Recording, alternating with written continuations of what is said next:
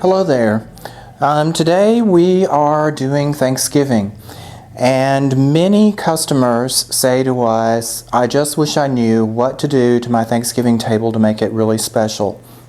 So today I'm going to show you how to put together a holiday table that your family will all be wowed by. And it's really simple. You just start just like you would put on clothing, layer by layer. So we're going to start off by putting your tablecloth on the table, and then you see here that I have used burlap runners because burlap, of course, is one of the hottest trends this year. Now, to be a little different, I have run runners lengthways of the table as you normally see them, but I've also run them across. Whereas you might normally think of using a placemat, I've used a table runner.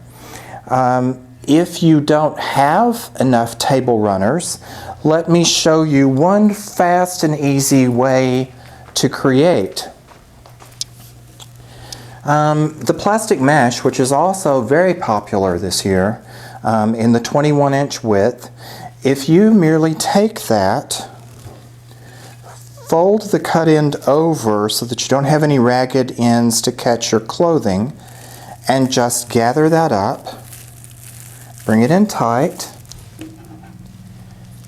Take an extra napkin ring and pop over the end. Just kind of cram that through there, like so, and let it fluff back out. And then this can hang over the edge of your table and form a sheer but sparkly holiday runner. And of course this can work for any season or any type of party depending on the color that you choose. But it's really fast and easy and gives you a really special holiday look. Now, once you've got your first layer, which is your cloth layer, set, then you're going to choose your china. For Thanksgiving, I've chosen a couple of different sets. I've chosen an orange set, which just has these radiating lines, so it gives me a nice texture, and of course the high gloss gives me a bit of sparkle. And I've done that in square. You can do any charger plate, of course, and that's what I'm using this for.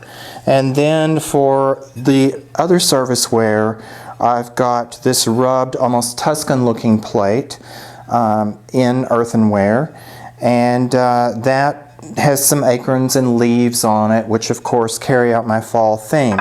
So I have that for my dinner or entree and salad plate. And then I have the soup bowl, again in the orange, which would look great with a potato soup or a nice pumpkin soup for fall. Now you can see in my place settings, I actually have two napkins.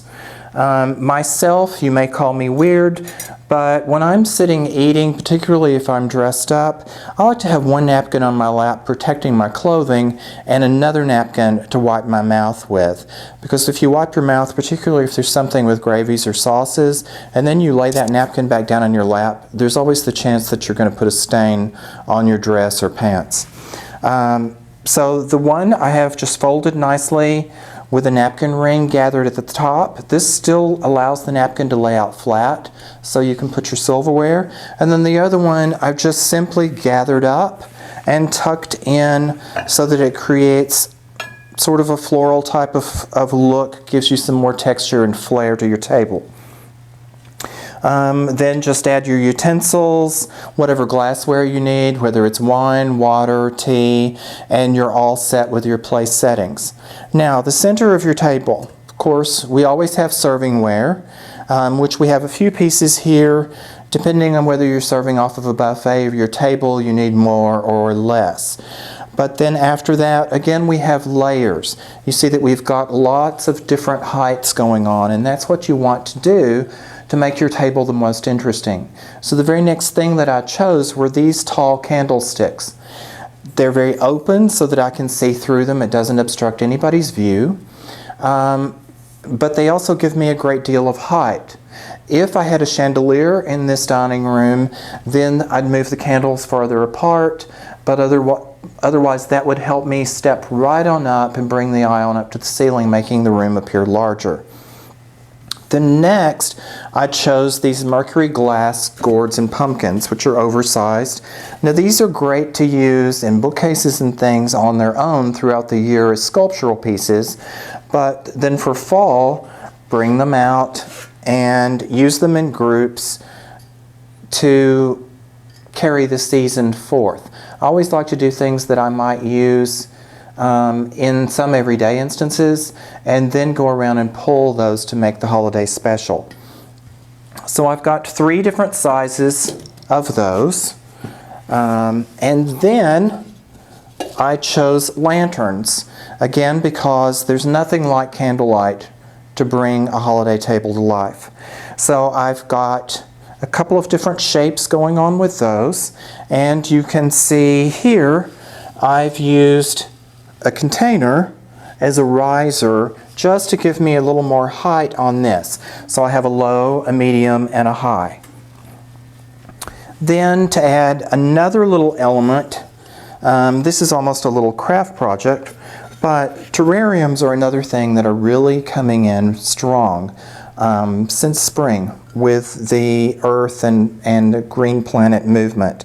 And this, all it is it's a concrete base with the glass insert, and it's great to use with just some sand or shells and a votive inside.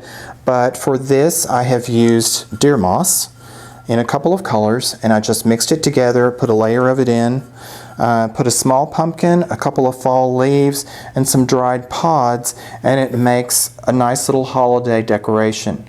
Again, you can do this for any season, do something fast, use different rocks. These are also great for miniature violets or any miniature plant if you want to use it as a terrarium, small orchids, anything of that nature. And then to cap everything off, you see the green added. Now these are like moss-covered stones. They're actually styrofoam in a stone shape, and they come in bags of 6. The moss adds a very natural looking element along with the pine cones, and as you can see, the green just really helps the table pop. And so that completes our holiday look, and I hope that you can use some of these tips and these elements of layering to help your own holiday table. Try it, have fun, and enjoy.